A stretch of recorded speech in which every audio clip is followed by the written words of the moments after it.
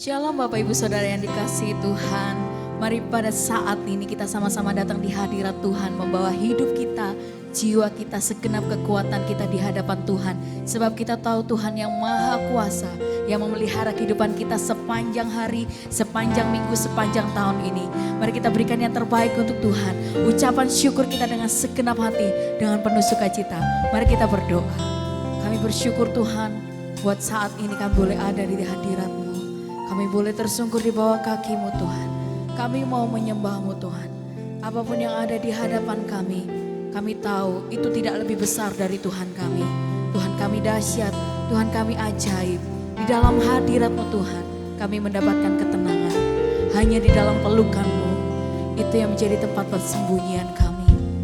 Kami mau naikkan syukur kami, naikkan sembah kami di dalam nama Yesus.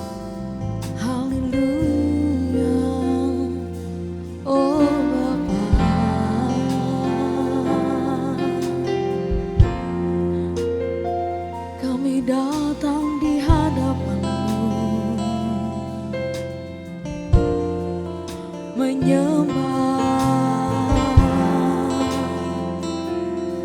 menaikkan suara kami, memuji Engkau Tuhan. Bapa, Kau mendengar seruan hatiku,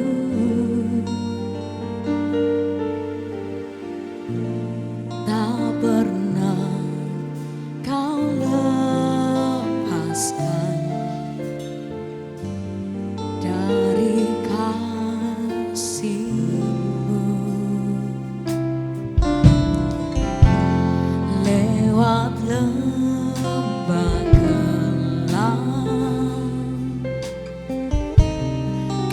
temani aku,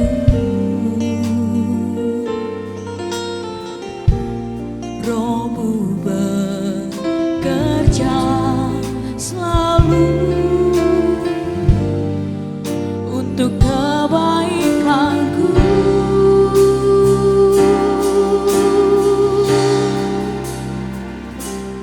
Mengalir kuasa dari tempat maha tinggi, Bapa kekal mulia, Kau hadir di sini, memulihkan hati, menyembuhkan yang terluka. Ku kan tenang bersama-Mu.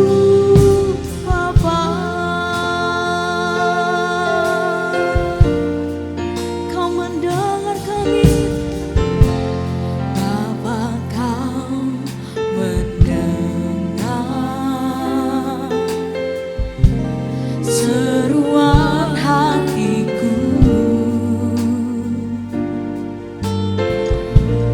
tak pernah Kau lepaskan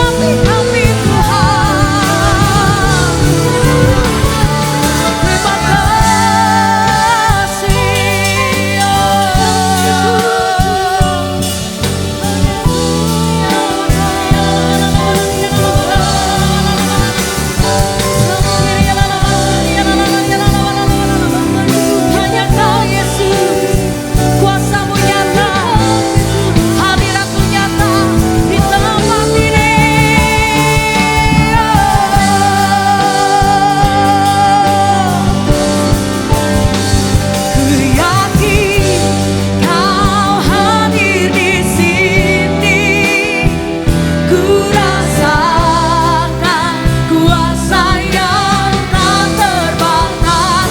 Ku yakin Kau nyata di sini, kemenangan terjadi. Mari yang percaya dengan segenap imanmu katakan, ku yakin Kau hadir di sini. Kami rasakan kuasa yang tak terbatas. Kami yakin Tuhan, nyatakan kuasa-Mu. Haleluya. Ku yakin Kau hadir di sini. Ku rasakan kuasa yang tak terbatas. Ku yakin kemenangan terjadi di sini. Pemulihan terjadi di sini. Kelepasan kami yakin terjadi di sini. Yang percaya kuasa Tuhan bekerja di dalam hidupmu, sorak-sorai yang meriah buat Yesus. Haleluya, haleluya. Kami percaya kami awan di dalam-Mu, sebab Engkaulah perisai kami, kekuatan kami. Yang percaya jemaat Leader Blessing sama-sama katakan amin. Mari Bapak Ibu Saudara bangkit berdiri. Dimanapun Anda berada, kita sama-samakan sorak-sorai untuk Tuhan Yesus yang berkuasa. Haleluya.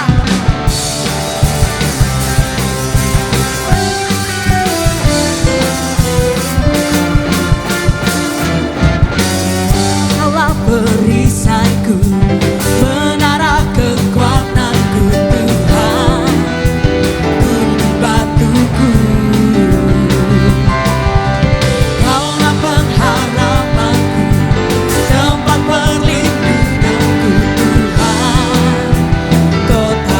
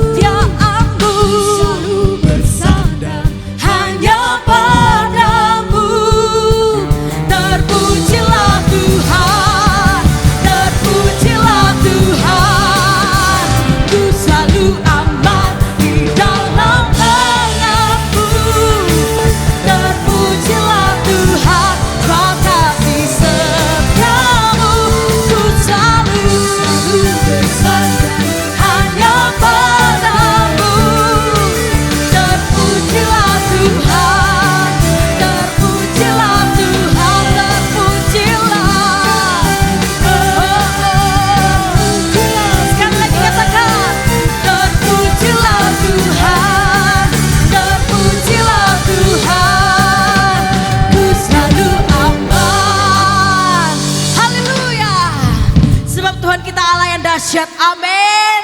Dahsyat dalam kehidupan kita. Dahsyat ajaib perbuatannya. Haleluya.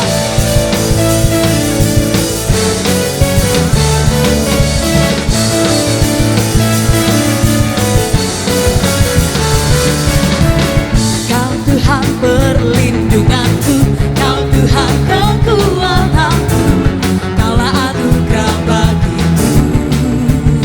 Haleluya. Kau Tuhan perlindunganku, Kau Tuhan keselamatanku, ku percaya Kau berkuasa. Sebab janjimu nyata dalamku, ku berserah kepadamu. Haleluya. Sebab namamu besar, dahsyat dalam hidupku. Haleluya. Ku bersorak Yesus dahsyat, ku bersorak Yesus Kau Raja mulia.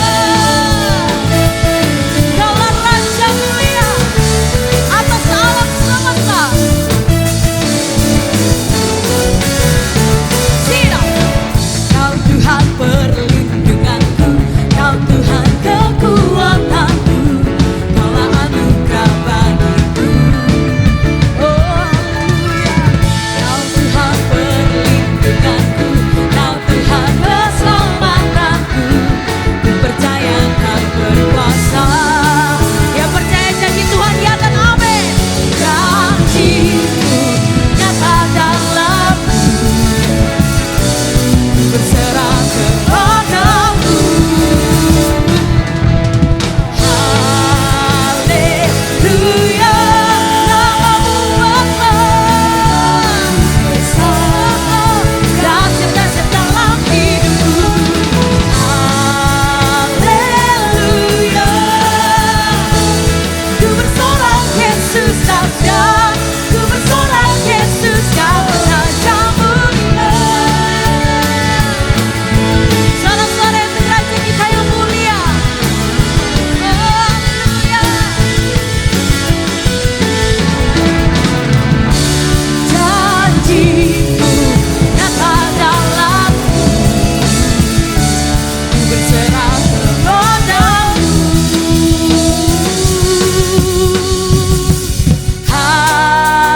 Haleluya. Mari nyatakan kebesaran Tuhan. Sebab namamu besar, dahsyat dalam hidupku. Haleluya. Kami bersorak Yesus dahsyat, Yesus Kau Raja mulia. Mari sama-sama angkat tangannya. Haleluya. Sebab namamu besar, dahsyat dalam hidupku. Haleluya. Ku bersorak Yesus dahsyat, kami bersorak Raja mulia. Ku bersorak Yesus dahsyat, Yesus Kau Raja mulia.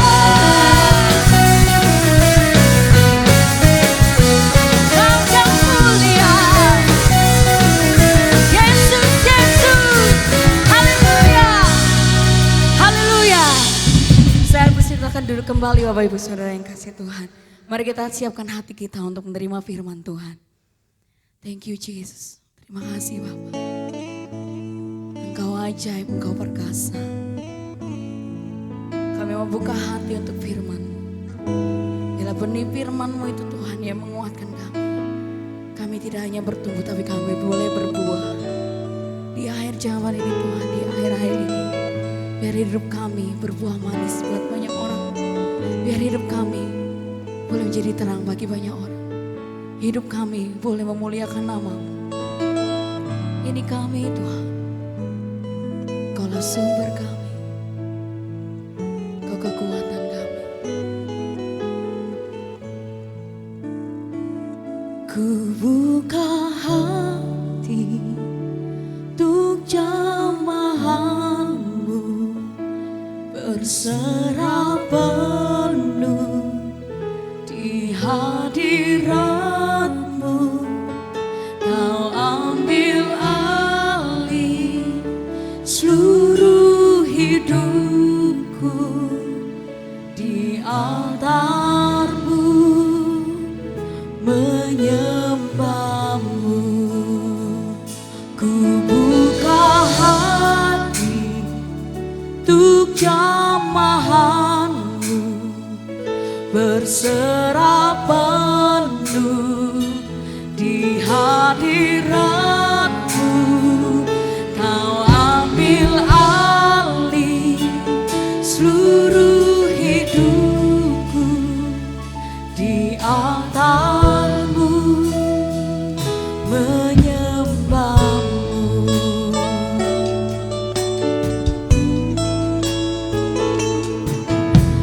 Rohmu yang hidup memenuhiku, mengalir dalamku.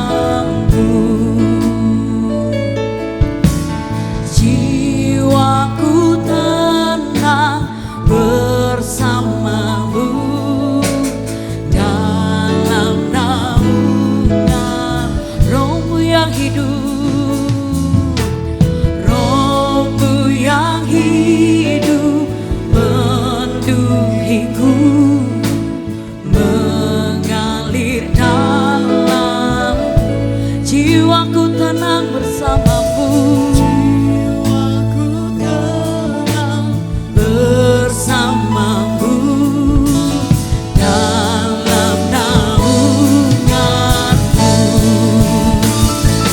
Buka hati untuk jamahanmu berserah penuh di hadiratmu. Kau ambil alih seluruh hidupku di altarmu, menyembahmu. Mari sama-sama serukan Rohmu yang hidup. Rohmu yang hidup penuhiku, mengalir dalam. Katakan dengan iman, jiwaku tenang, jiwaku tenang bersamamu dalam naungan Rohmu yang hidup. Rohmu yang hidup penuh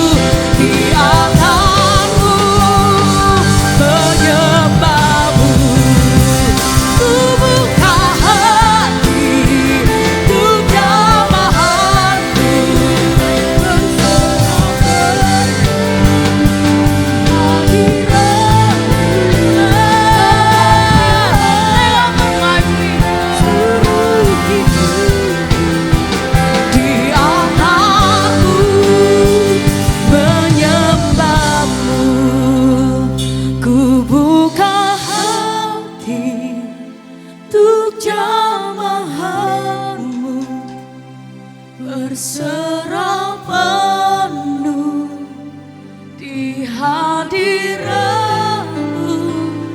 Kau ambil alih seluruh hidupku di altarmu menyembahmu. Ku buka hati untuk jamahanmu. Kami buka hati kami Tuhan. Kami mau serahkan seluruhnya di hadiratmu. Kau ambil alih hidup kami Tuhan. Seluruh hidupku di altarmu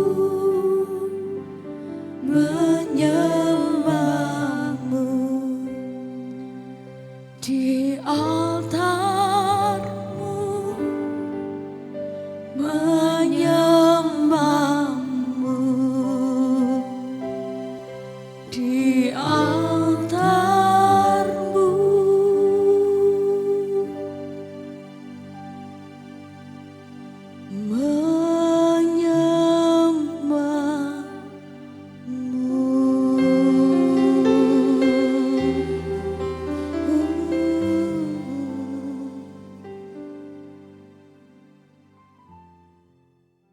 Bapa, kami mengucap syukur di saat ini Tuhan. Tuhan memberikan kehidupan, kekuatan kepada kami. Terlebih kami bersyukur kepercayaan yang Tuhan berikan kepada kami untuk kami boleh melayani pekerjaan-Mu yang kudus, yang mulia. Oleh karenanya Tuhan, perlengkapi hamba-Mu dengan segala kekurangan dan keterbatasan. Biarlah Roh Kudus mengintervensi kehidupan hamba-Mu. Pakai mulut bibir hamba-Mu untuk menyampaikan pesan kebenaran, kabar baik dari sorga, sehingga setiap umat yang mendengar tentang kabar baik ini, mereka mengalami pemulihan, mereka mengalami kekuatan, dan terlebih daripada itu lagi Tuhan, mereka memuliakan Tuhan di sepanjang hidup. Terima kasih Bapa, berfirman kepada kami membuka hati untuk Tuhan berbicara kepada kami. Di dalam nama Tuhan Yesus Kristus kami berdoa, mengucap syukur kepada Bapa di sorga. Setiap kita yang siap diberkati firman Tuhan bersama-sama dengan saya mengatakan, amin. Shalom Bapak Ibu Saudara, kita akan memulai dengan pembacaan firman Tuhan. 2 Korintus pasal yang ke-9 ayat yang ke-7 saya akan bacakan untuk Bapak Ibu Saudara. Dan tolong Bapak Ibu perhatikan dengan baik, karena ketika kita memperhatikan dengan baik maka kita akan mengerti nantinya isi khotbah yang akan saya bawakan nanti sebentar. 2 Korintus pasal yang ke-9 ayat yang ke-7 kita akan baca bersama-sama. Firman Tuhan bilang begini untuk kita, hendaklah masing-masing memberi menurut kerelaan hatinya, jangan dengan sedih hati atau karena paksaan. Sebab Tuhan mengasihi orang yang memberi dengan sukacita. Nah, saya tertarik sekali dengan kalimat ekor daripada ayat ini. Dia bilang begini, sebab Tuhan mengasihi orang yang memberi dengan sukacita. Nah, ternyata ketika ayat ini berbicara Tuhan mengasihi orang yang memberi dengan sukacita, berarti ada kalanya ada orang yang memberi tidak dengan sukacita. Atau dengan kata lain saya mau bilang begini, ketika ayat ini berbicara bahwa Tuhan mengasihi orang yang memberi dengan sukacita, maka pasti ada kejadian-kejadian yang orang memberi dengan tanpa sukacita atau dengan paksaan. Nah, ketika hal ini terjadi maka saya mau pastikan bahwa pastinya Alkitab akan menjelaskan orang-orang yang model seperti demikian, yang memberi tidak dengan sukacita, maka Tuhan tidak sedang mengasihi mereka. Nah, kalau kita berbicara tentang kasih Tuhan, maka secara universal Tuhan itu mengasihi setiap manusia. Tapi kalimat yang dipakai di kata ini cukup bagus menurut saya. Dia mempergunakan kata phileo atau agapao, yang memiliki pengertian begini, Bapa sayang anak, anak sayang Bapa. Bapa memberikan hak kepada anak dan anak menerima hak dari Bapa. Nah, ketika kita melakukan tindakan-tindakan seperti yang Alkitab bilang di sana, hendaklah masing-masing memberi menurut kerelaan hatinya, jangan dengan sedih hati atau karena paksaan, sebab Tuhan mengasihi orang yang memberi dengan sukacita. Alkitab sedang mau menjelaskan kepada kita bahwa begini, ketika kita melakukan dengan sukacita, maka agapao dan phileo itu akan terjadi dalam kehidupan kita. Bapa akan mengasihi seperti Bapa mengasihi anak, dan anak akan menerima apa yang Bapa memberikan kepada anak. Nah, ini yang terjadi. Nah, seringkali banyak orang tidak terlalu paham tentang hal memberi. Nah, saya ingat betul waktu saya masih kecil di gereja saya yang dulu, setiap kali ketika kolekte hendak dijalankan, maka pendeta dari atas mimbar dia akan ayat ini. Dia akan membacakan ayat ini sebelum kolekte itu dijalankan.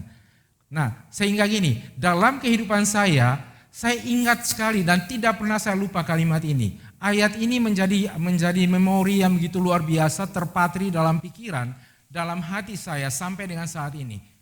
Saya bisa baca ayat ini tanpa saya melihat di setiap waktu dan tidak pernah satu kata pun, satu titik pun yang salah. Karena saya ingat betul, mulai saya umur 9 tahun, 10 tahun saya sudah mendengar kata ini berulang-ulang kali. Saya mau katakan mungkin ratusan bahkan ribuan kali saya sudah mendengar kata-kata kalimat ayat seperti ini. Nah, ayat ini memang dia berbicara, waktu Paulus berbicara tentang pengumpulan dana untuk Yerusalem. Nah, ayat ini memang dia berbicara khusus tentang bagaimana setiap anak-anak Tuhan mendonasikan hartanya untuk pelayanan pekerjaan Tuhan.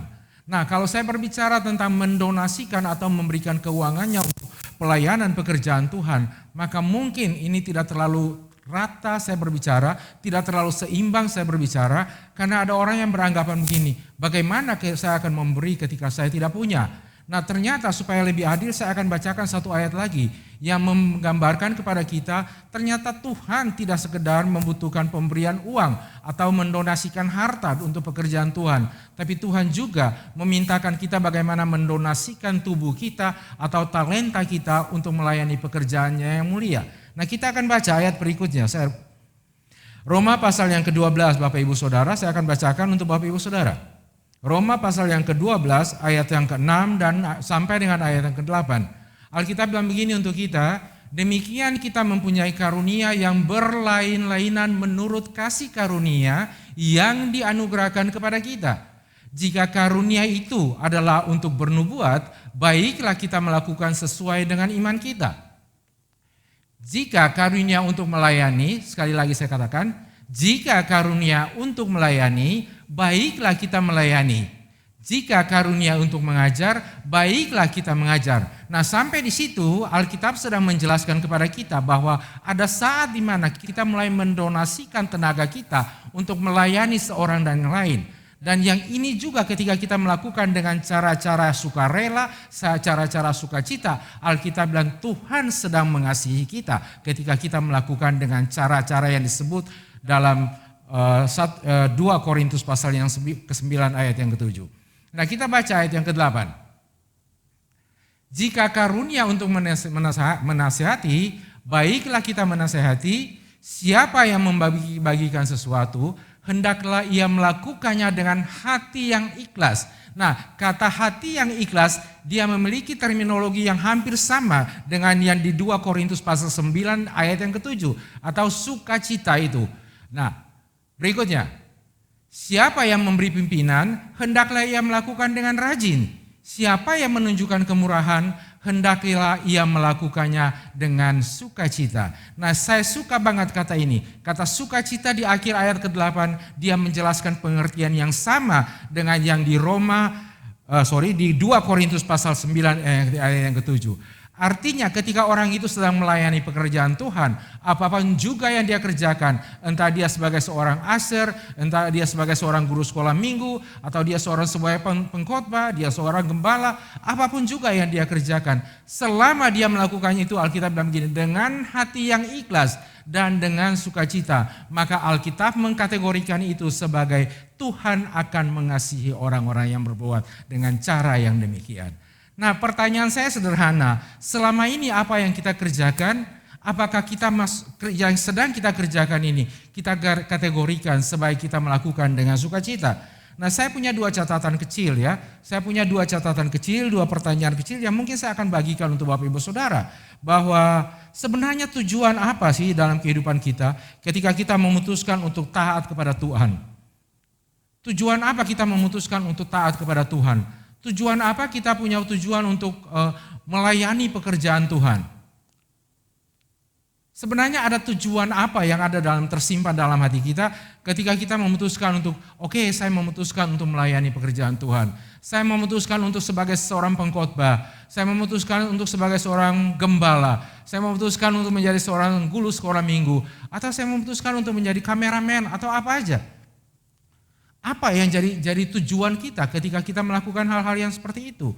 Apakah tujuan kita, kita mengisi waktu, atau mungkin ini saya punya talenta di sini, saya ingin melakukan sesuatu untuk Tuhan, atau apa saja?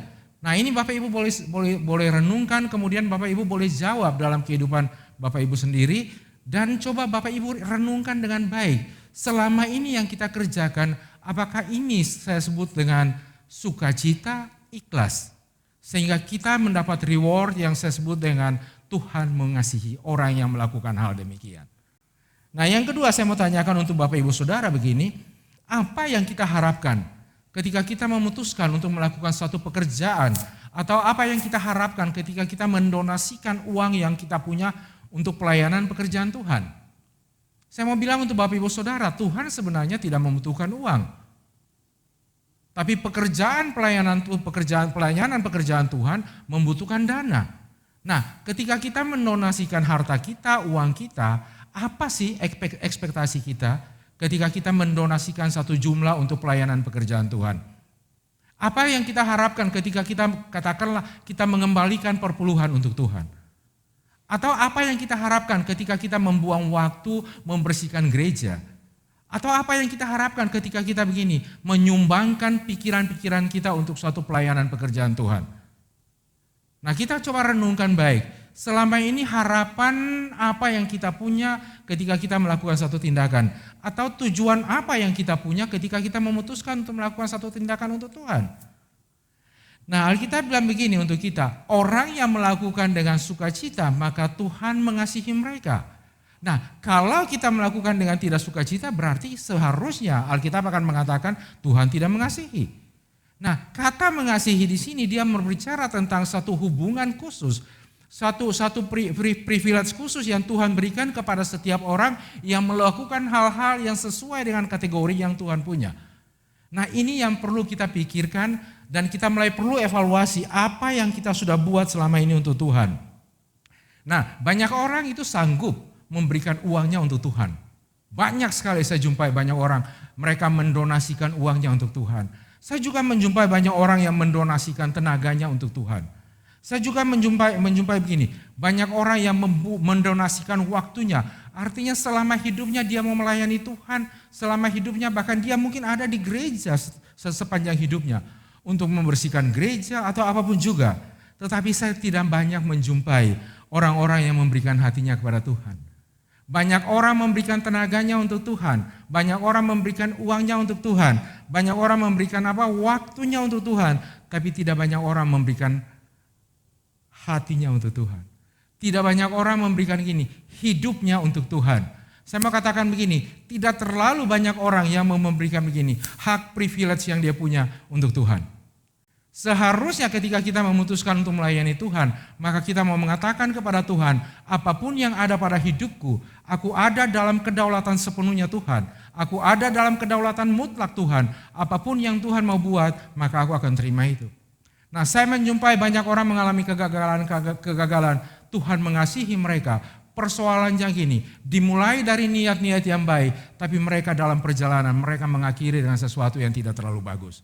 Saya menjumpai banyak orang keluar dari pelayanan. Saya menjumpai banyak orang-orang yang kaya memutuskan untuk tidak mendonasikan hartanya lagi. Persoalannya karena apa? Hatinya mulai terganggu dengan situasi yang tidak mengenakan hatinya mereka. Artinya saya mau katakan untuk Bapak Ibu Saudara begini, ketika harapan yang mereka harap, ekspektasi yang mereka harap dengan apa yang mereka buat, mereka tidak menjumpai itu, maka mereka akan segera memutuskan untuk tidak melakukan itu lagi. Beberapa waktu kemarin saya mendapat kiriman video gitu. Dia bilang begini, terpaksa itu menderita. Atau dengan kata lain saya bilang begini, keterpaksaan itu adalah suatu penderitaan. Kemudian narasi yang dia munculkan, dia bilang begini, seorang istri yang taat kepada suaminya, yang berusaha taat, berusaha tunduk kepada suami dalam keterpaksaan, maka istri itu akan hidup dalam penderitaan yang luar biasa. Narasi yang dimunculkan tentang kata terpaksa dan penderitaan, dia memulai dengan memunculkan kalimat seperti itu. Dia mulai membaca ayat bahwa hai istri-istri, tunduklah kepada suamimu. Tapi ternyata di balik itu dia bilang begini, seorang istri yang dalam keadaan terpaksa tunduk terhadap suaminya, maka istri itu hidup dalam penderitaan yang luar biasa. Nah, ternyata banyak orang mereka bisa melakukan tindakan seolah-olah dia sedang melakukan ketaatan. Ada orang yang melakukan tindakan seolah-olah dia sedang memberi, tetapi dia sedang melakukan hal itu. Ada orang yang sedang dia melakukan satu tindakan seolah-olah memberikan waktunya untuk Tuhan. Seolah-olah dia sedang memberikan hidupnya untuk Tuhan, tetapi dia sedang melakukan dalam tanda petik, dalam keadaan terpaksa. Nah, yang seperti demikian, narasi itu mengatakan orang itu sedang menderita. Dia sedang menderita yang luar biasa. Nah, orang-orang yang mengalami hal demikian, pada waktunya mereka akan memunculkan narasi asli atau karakter asli yang akan keluar dari mulutnya. Nah, saya menjumpai dalam pelayanan saya sebagai hamba Tuhan, banyak orang yang memutuskan untuk keluar dari pelayanan. Persoalannya apa? Ekspektasi yang mereka harapkan, mereka tidak menjumpai itu dalam pelayanan. Nah, kalau kita melayani Tuhan untuk mendapatkan harapan yang kita punya, untuk kita mendapat penghormatan dalam pelayanan itu, maka saya bilang begini, ini suatu kebodohan yang kita sedang kerjakan. Sebaiknya Anda segera memutuskan untuk tidak melayani pekerjaan Tuhan.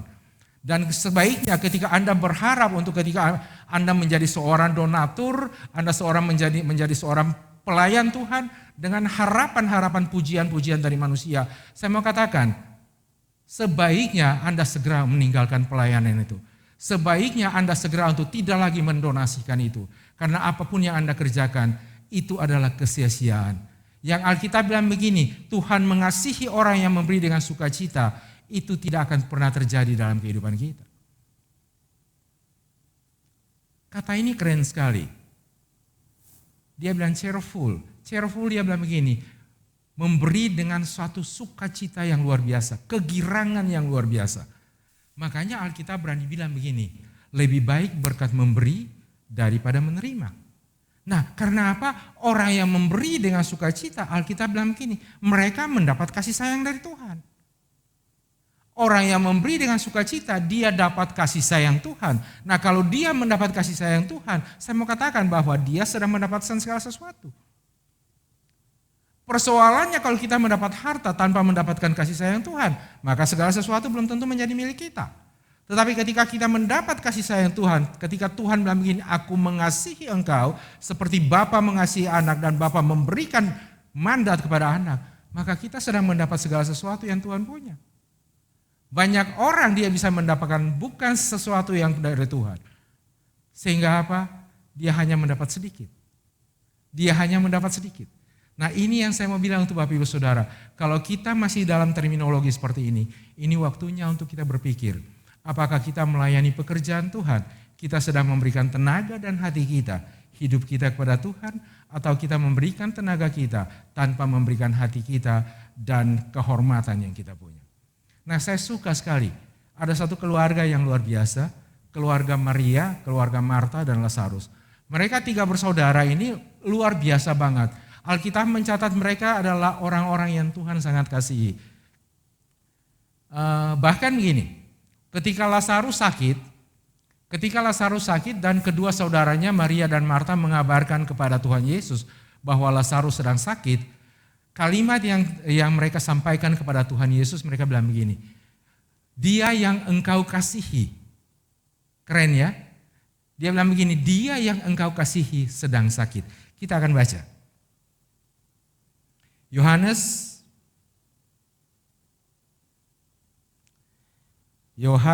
pasal yang ke-11 ayat yang ketiga. Yang ketiga dulu. Nah ini, saya bilang 3 orang ini mereka mendapat privilege luar biasa dari Tuhan. Alkitab bilang begini untuk kita. Dan Lazarus yang sakit itu adalah saudaranya. Saudaranya siapa? Saudaranya Maria dan Marta.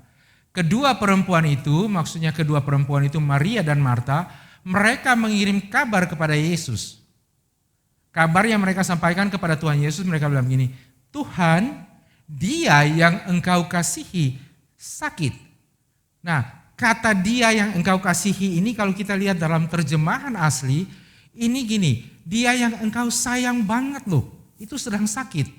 Jadi bukan seperti saya mengasihi Pak Matius, saya mengasihi Lena, tidak seperti itu. Tingkatannya tuh jauh di atas itu. Nah, waktu Marta dan Maria bilang sama Tuhan Yesus bahwa dia Lazarus yang engkau sangat sayang itu sakit.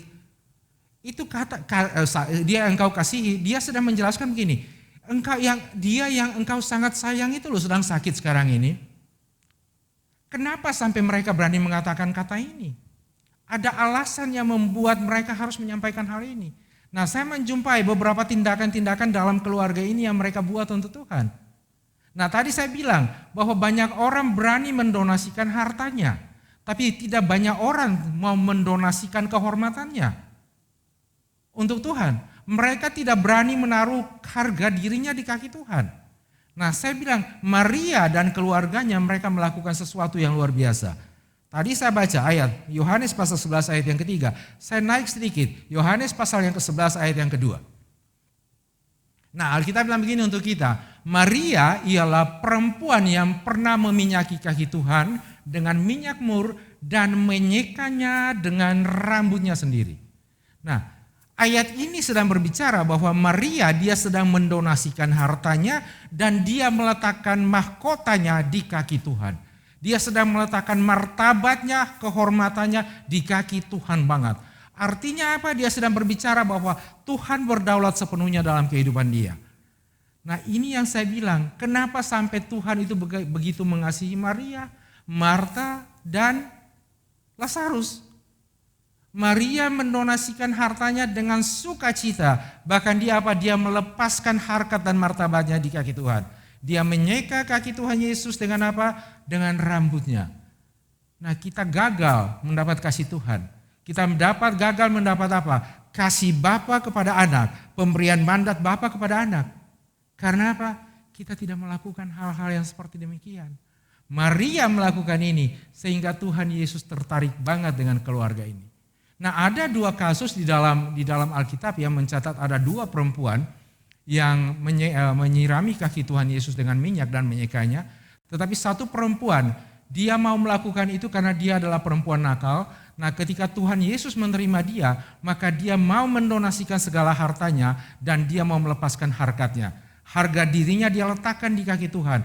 Ini artinya apa? Dia sedang berbicara begini, aku adalah orang yang seharusnya tidak berharga, tetapi ketika Tuhan membuat aku jadi berharga, maka segala harta dan martabatku menjadi tidak akan berguna lagi, maka aku meletakkan itu di kaki Tuhan.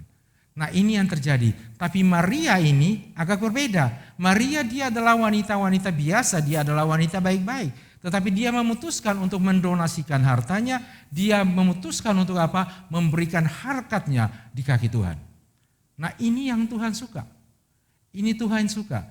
Seringkali kita mampu memberikan tenaga kita untuk Tuhan, tetapi seringkali juga kita tidak mau untuk memberikan apa?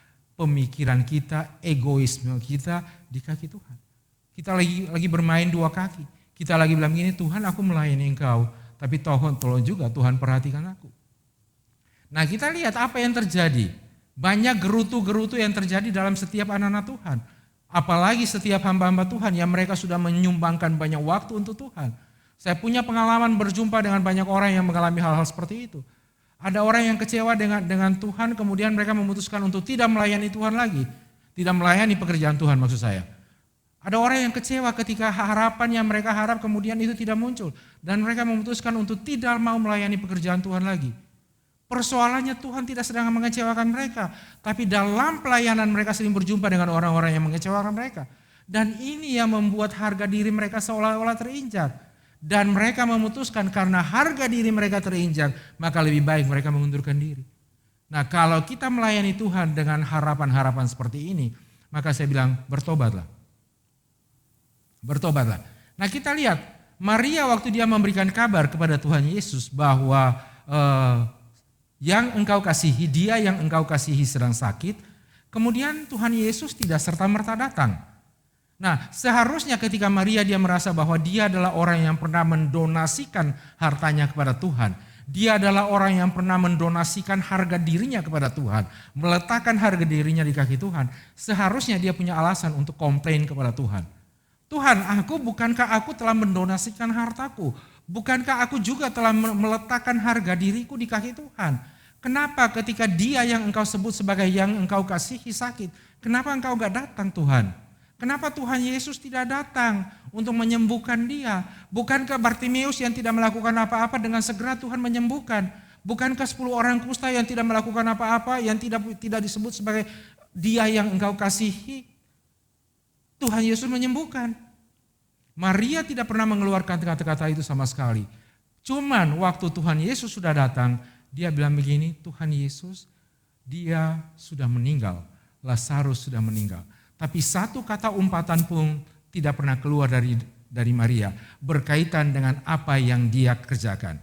Nah, oleh karenanya saya mau bilang untuk Bapak Ibu Saudara, ini yang disebut dengan orang yang memberi dengan sukacita. Ketika kita memberi dengan sukacita, kita memberi dengan satu keriangan, satu kegembiraan yang luar biasa, maka kita tidak perlu lagi mengingat-ingat itu. Ketika kita mendonasikan sesuatu untuk pelayanan pekerjaan Tuhan dengan hati yang sukacita, hati yang riang, maka tidak ada alasan lagi untuk kita menuntut apa yang harus Tuhan Yesus buat untuk kita. Ketika kita melakukan itu, kita melakukan dengan mata yang tertuju kepada Tuhan, maka tidak ada alasan sama sekali bagi kita untuk menuntut apa yang harus Tuhan Yesus buat kembali untuk kita. Nah, saya bilang untuk Bapak Ibu Saudara, banyak orang itu berhasil di awal untuk memutuskan mengikuti Tuhan.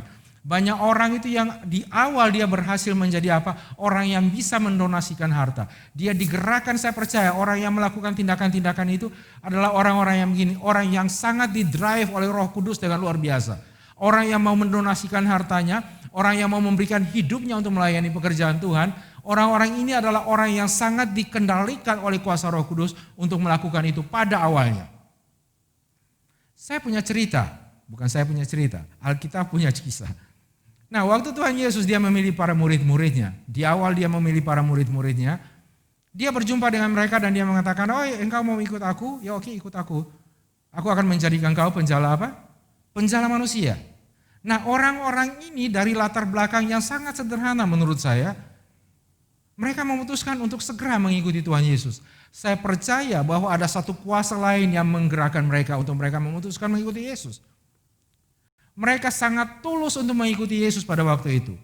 Mereka sangat tulus mau mengikuti Yesus. Bagi mereka begini, aku ikut kemanapun guru pergi, saya akan mengikut. Di mana guru ada, saya akan berada di sana. Tetapi di dalam perjalanan, sekali lagi saya katakan, mulai muncul hal-hal yang didominasi, yang didrive oleh daging. Makanya saya bilang, permulaan didominasi atau didrive, dikendalikan oleh Roh Kudus. Dan mereka mulai mengakhiri itu dengan daging. Kita lihat akan terjadi dua pertengkaran, ada terjadi beberapa kali pertengkaran, ada perdebatan di antara para murid-muridnya. Ketika mereka berbicara tentang siapa yang terbesar di antara mereka. Apakah waktu mereka pertama mengikuti Yesus, apakah di awal itu mereka sudah punya harapan? Apakah di awal ketika mereka memutuskan untuk berjalan bersama-sama dengan Tuhan Yesus, apakah mereka sudah punya tujuan bahwa aku ngikut Yesus, nanti besok-besok setelah itu aku akan menjadi pemimpin di antara murid-murid yang lain? Sama sekali saya katakan tidak ada. Saya yakinnya bahwa ketika mereka memutuskan untuk bagaimana mereka mau berjalan bersama-sama dengan Yesus, pada waktu itu tidak ada sedikit pun pemikiran di antara mereka bahwa akan menjadi seorang pemimpin atau berebut untuk menjadi pemimpin. Tetapi ternyata di dalam perjalanan, daging mulai mempengaruhi mereka. Daging mulai mempengaruhi mereka. Saya mau kasih tahu lagi Bapak Ibu Saudara sebelum saya lanjutkan yang tadi. Adam dan Hawa dia pun jatuh ke dalam dosa. Karena apa? Terpengaruhi di dalam perjalanannya. Matanya mulai mempengaruhi mereka melihat satu pemandangan yang bagus, yaitu buah yang Tuhan larang. Dan mereka mulai memutuskan untuk memakan itu. Nah, murid-murid seharusnya mereka pada awalnya mereka tidak punya harapan apa-apa untuk berambisi menjadi pemimpin. Tetapi di dalam perjalanan mereka mulai muncul kedagingan. Oleh karenanya saya mau bilang untuk Bapak Ibu Saudara, awali dengan roh, dan akhirilah dengan roh. Saya akan bacakan untuk Bapak Ibu Saudara. Apa yang saya katakan dengan pertengkaran para murid untuk merebut satu jabatan.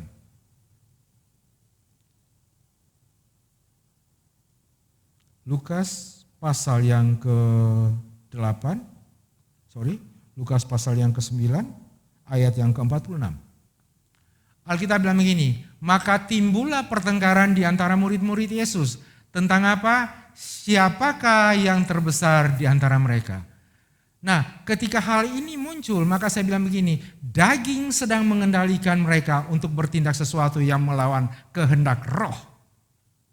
Ini yang terjadi dalam kehidupan pelayanan anak Tuhan. Ini yang terjadi dalam kehidupan gini, para orang-orang yang menyebut diri sebagai murid Yesus. 2 kali Alkitab mencatat tentang pertengkaran para murid. Saya bacakan satu lagi ayatnya. Lukas pasal yang ke-22 ayat yang ke-24. Tadi Lukas pasal 9 ayat ke-46 dia berbicara tentang pertengkaran para murid-muridnya. Mereka sedang berbicara siapa yang terbesar. Saya bingung juga kenapa sampai Lukas mencatat hal ini sampai 2 kali. Pasal 22 ayat 24 Alkitab bilang begini. Terjadilah juga pertengkaran di antara murid-murid Yesus. Siapakah yang dapat dianggap terbesar di antara mereka? Ternyata dalam pelayanan ini orang-orang itu sangat rawan. Setiap anak-anak Tuhan yang memutuskan untuk melayani pekerjaan Tuhan, mereka sangat rawan untuk apa? Berambisi menjadi pribadi yang lebih terhormat. Nah, saya mau bilang Alkitab bilang begini, siapa yang menjadi yang terbesar? Firman Tuhan bilang apa? Dia adalah harus menjadi yang terkecil. Tadi saya sedikit berbicara tentang ada video yang berbicara tentang terpaksa itu menderita. Nah, kalau kita bilang begini, saya kalau baik dengan Pak Matius karena suatu keterpaksaan, maka saya pikir pada waktunya kebaikan yang saya buat itu akan sirna. Karena apa? Ketika harapan yang saya harap itu tidak muncul, maka kebaikan yang saya buat itu akan meledak menjadi bukan kebaikan lagi. Tetapi saya mau bilang untuk Bapak Ibu Saudara bahwa ketika kita melakukan sesuatu, kepada siapapun kita melakukan, Alkitab dengan sederhana mengajarkan kepada kita seperti gini. Kolose pasal yang ke-3, ayat yang ke-23. Nah, firman Tuhan mengajar kita orang Kristen seharusnya berlaku seperti ini. Apapun juga yang kamu perbuatlah dengan segenap hatimu seperti untuk Tuhan dan bukan untuk manusia.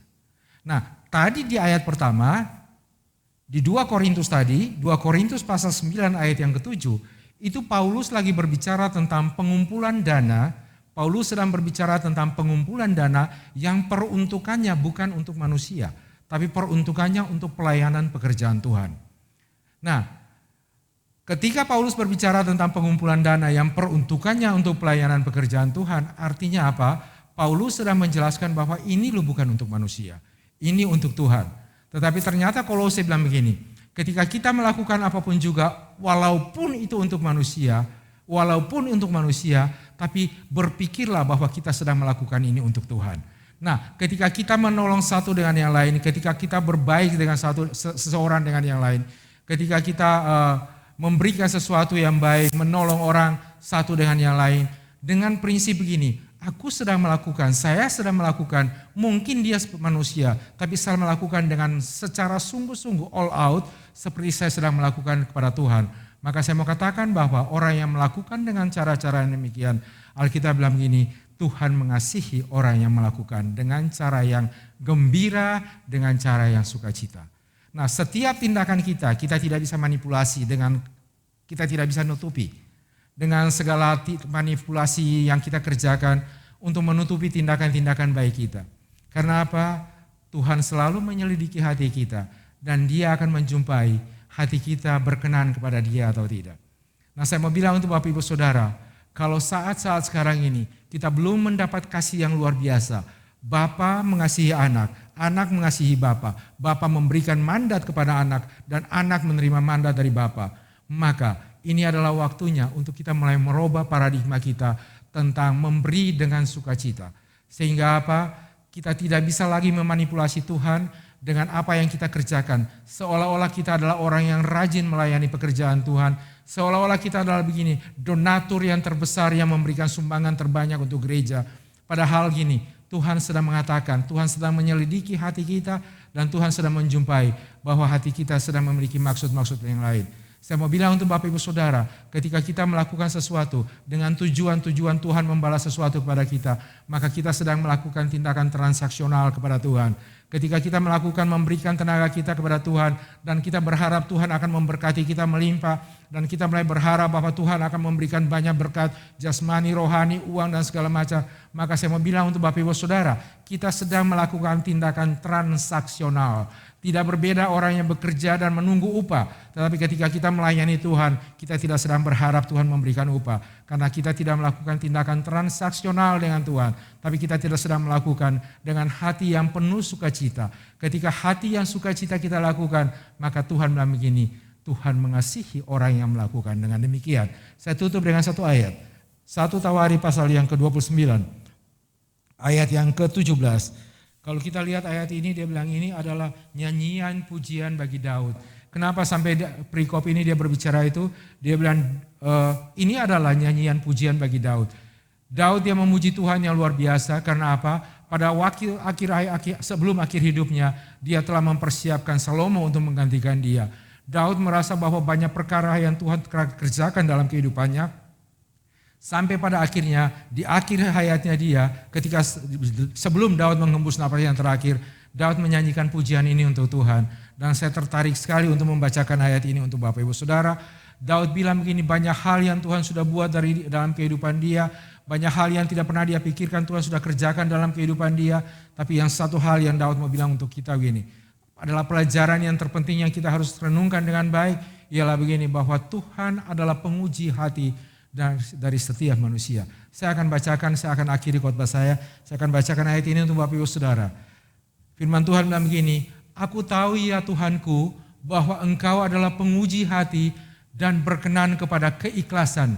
Ini yang keren, Tuhan selalu berkenan pada keikhlasan. Tuhan selalu berkenan pada apa? Sukacita. Tuhan selalu berkenan kepada apa? Kegembiraan dalam memberi. Ini yang harus kita ingat baik-baik. Daud mengalami itu. Kenapa sampai Daud mesti menuliskan ini? Dia sedang mengingatkan kepada Salomo bahwa pada waktunya nanti ketika kamu melakukan tindakan apapun juga, ketahuilah bahwa Tuhan selalu berkenan bukan pada jumlah, pada waktu yang kamu buat, tapi Tuhan selalu berkenan pada keikhlasan yang kamu punya di dalam hatinya. Makanya Daud bilang begini, Tuhan adalah penguji hati dan selalu berkenan kepada keikhlasan. Maka aku pun mempersembahkan semuanya itu dengan sukarela dan tulus ikhlas. Dan sekarang umatmu yang hadir di sini telah kulihat memberikan persembahan sukarela kepadamu dengan sukacita. Daud sedang mau bilang sama Tuhan begini, selama masa hidupku aku telah menjadi teladan yang baik. Aku telah memberikan percontohan yang baik. Ketika aku memberi, aku sedang memberikan dengan keikhlasan. Aku sedang memberikan teladan kepada rakyatku. Aku sedang memberikan teladan kepada keluargaku. Ketika aku melayani Tuhan, maka aku melayani dengan keikhlasan. Karena Tuhan yang telah menguji hati kita dan Tuhan yang selalu berkenan kepada keikhlasan. Nah, sampai dengan saat ini, apakah kita menjadi bapak-bapak yang berhasil mendidikan hal ini untuk keluarga kita? Apakah kita telah menjadi pemimpin-pemimpin yang berhasil mendidikan hal ini kepada orang-orang di bawah kita? Apakah kita selama ini menjadi anak-anak Tuhan yang telah menjadi teladan untuk orang-orang yang melihat kita sebagai pribadi yang begitu? Kalau ini belum terjadi, maka saya mau bilang, waktunya untuk kita perbaiki kehidupan kita. Tuhan Yesus memberkati kita. Amin. Mari kita persiapkan hati kita untuk menerima perjamuan kudus. Naikkan pujian untuk Tuhan kita. Sebab Engkau yang kudus, Anak domba Allah, darah-Mu tercurah di atas Kalvari. Sebab Engkau yang layak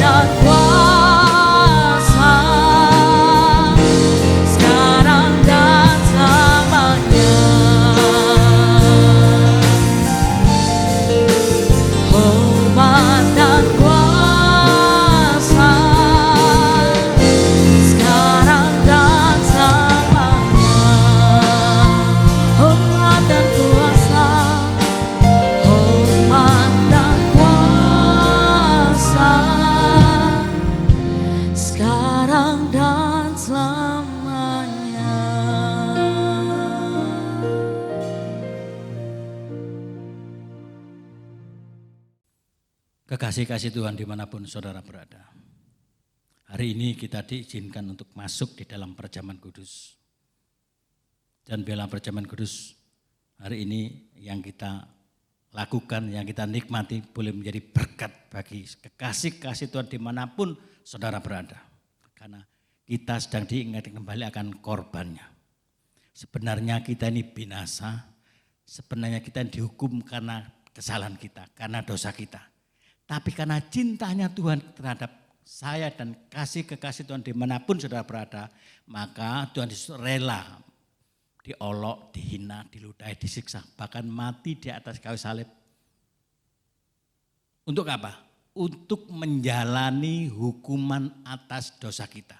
Karena firman Tuhan berkata, barang siapa percaya kepadanya tidak binasa, melainkan beroleh hidup yang kekal.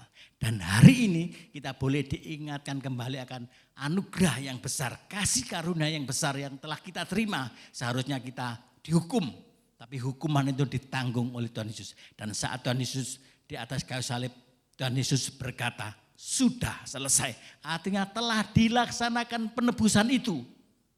Sudah dilaksanakan, sudah dibayar, sudah ditebus dosa kita. Lunas dibayar. Untuk itu angkat roti tinggi di atas kepala dan dengar firman Tuhan. Sebab apa yang telah aku teruskan kepadamu, telah aku terima dari Tuhan, yaitu bahwa Tuhan Yesus pada malam waktu ia diserahkan mengambil roti dan sudah itu mengucap syukur atasnya, ia memecah-mecahkannya dan berkata, inilah tubuhku yang diserahkan bagi kamu, perbuatlah ini menjadi peringatan akan aku. Roti yang ada tangan kita, roti yang sudah diberkati Tuhan adalah merupakan persekutuan dengan tubuh Yesus. Haleluya, makanlah.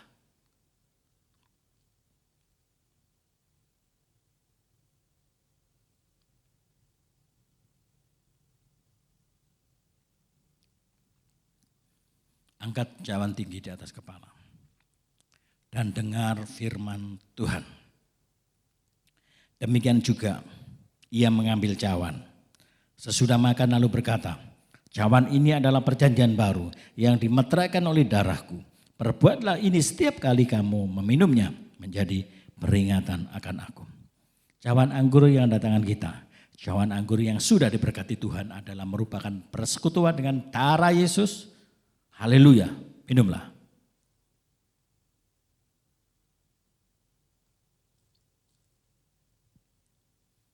Haleluya. Kasih Tuhan dimanapun saudara berada. Mari kita masuk di dalam doa. Kita satukan hati kita. Terima kasih Bapa, kami bersyukur buat kemurahan, anugerah dan cintanya Tuhan. Terima kasih buat karunia, berkat, kemuliaan yang sudah Tuhan nyatakan. Keselamatan yang sudah Tuhan berikan atas setiap kami. Dan kami percaya kami tidak turut dihukum. Karena firman Tuhan berkata barang siapa percaya kepadanya tidak binasa. Melainkan beroleh hidup yang kekal. Dan terima kasih Bapak kami sudah menerima anugerah sorga yang daripada Tuhan. Terima kasih. Kami bersyukur malam hari ini. Berkati kekasih-kasih Tuhan dimanapun mereka berada. Terima kasih Bapak kami berdoa saat ini. Kami mau bersyafaat Tuhan untuk negeri kami Indonesia ini. Berkati Sabang sampai Merauke. Berkati negeri kami ini Tuhan. Biarlah belas kasihan Tuhan turun atas negeri kami ini Tuhan. Kami percaya Tuhan memulihkan negeri kami. Kami percaya Tuhan menyembuhkan negeri kami. Kami percaya Tuhan memberikan kekuatan yang baru atas pemimpin-pemimpin kami. Kepada Bapak Jokowi, wakilnya, seluruh kabinet jajaran TNI Polri, seluruh pejabat yang tertinggi sampai terendah sekalipun Tuhan. Berikan mereka kemampuan hikmat yang daripada Tuhan. Kekuatan yang baru senantiasa Engkau berikan kepada mereka semua. Sehingga mereka boleh membawa negeri kami ini makin hari makin baik, makin hari makin adil dan makmur, makin hari makin bijaksana, makin hari makin damai sejahtera ada dalam hidup kami sebagai rakyat Indonesia. Terima kasih, selamatkan negeri kami, pulihkan negeri kami, sembuhkan negeri kami ini Tuhan. Kami percaya Tuhan sangat mengasihi negeri kami ini. Tuhan sangat mencintai Indonesia ini Tuhan. Karena Indonesia ada dalam pandangan mata Tuhan. Karena Tuhan mencintai negeri kami. Berkati juga kota kami Surabaya. Kami rindu kota kami menjadi kota yang aman, lepas dari sakit penyakit, lepas dari unjuk rasa, lepas dari hal yang tidak baik Tuhan, kami percaya kota kami menjadi kota yang aman, kota yang penuh damai sejahtera, sehingga kami dari tempat ini kami melepaskan salum atas kota Surabaya ini Tuhan. Berkati Bu Risma, berkati semuanya. Terima kasih Bapak, kami bersyukur, kami berdoa saat ini untuk kekasih-kasih Tuhan dimanapun mereka berada Tuhan, berkati mereka semua. Kami percaya kekuatan yang baru senantiasa Engkau berikan atas kehidupan mereka Tuhan. Mereka yang sakit kami percaya Tuhan sudah sembuhkan. Oleh pilur-pilur Yesus kami melepaskan kesembuhan terjadi. Mujizat terjadi. Yang memiliki masalah Tuhan kami percaya Tuhan berikan solusi jalan keluar. Yang mengalami masalah rumah tangga, ekonomi, apapun masalah mereka kami percaya Tuhan turut campur tangan. Karena Tuhan berjanji aku akan menyertai kamu senantiasa sampai pada akhir zaman. Dan itu benar-benar mereka nikmati, mereka terjadi Tuhan. Karena mereka mengalami perjumpaan dengan Engkau secara pribadi. Terima kasih Bapak, berkati juga gereja kami ini. Berkati kasih-kasih Tuhan yang sudah mentransfer persembahannya baik perpuluhan apapun juga kami percaya Tuhan memberkati mereka semua dalam rumah tangga, dalam pekerjaan usahanya. Buat menjadi berhasil dan beruntung di dalam nama Yesus kami melepaskan berkat atas kehidupan mereka semua. Kami melepaskan shalom, damai sejahtera melingkupi mereka semua dan biarlah damai sejahtera yang melampaui segala akal memelihara kehidupan mereka semua. Kekasih-kasih Tuhan dimanapun mereka berada. Terima kasih Bapak, kami bersyukur buat kasih dan kemurahan Tuhan. Terima kasih buat apa yang Tuhan buat atas kehidupan kami, khususnya kekasih-kasih Tuhan di tempat ini, GBI, Leader Blessing. Terima kasih Bapak, kami bersyukur buat kemurahan Tuhan. Kasih-kasih Tuhan dimanapun saudara berada. Biarlah hari ini kita bersama-sama boleh menerima berkat yang dari Allah Bapa, anaknya yang tunggal Tuhan Yesus Kristus, serta persekutuan dengan Roh Kudus yang memberkati, yang menolong, yang memulihkan, yang menyertai. Mulai hari ini sampai Maranatha, Tuhan Yesus datang 2 kali. Di dalam nama Tuhan Yesus Kristus yang percaya diberkati Tuhan, sama-sama katakan amin.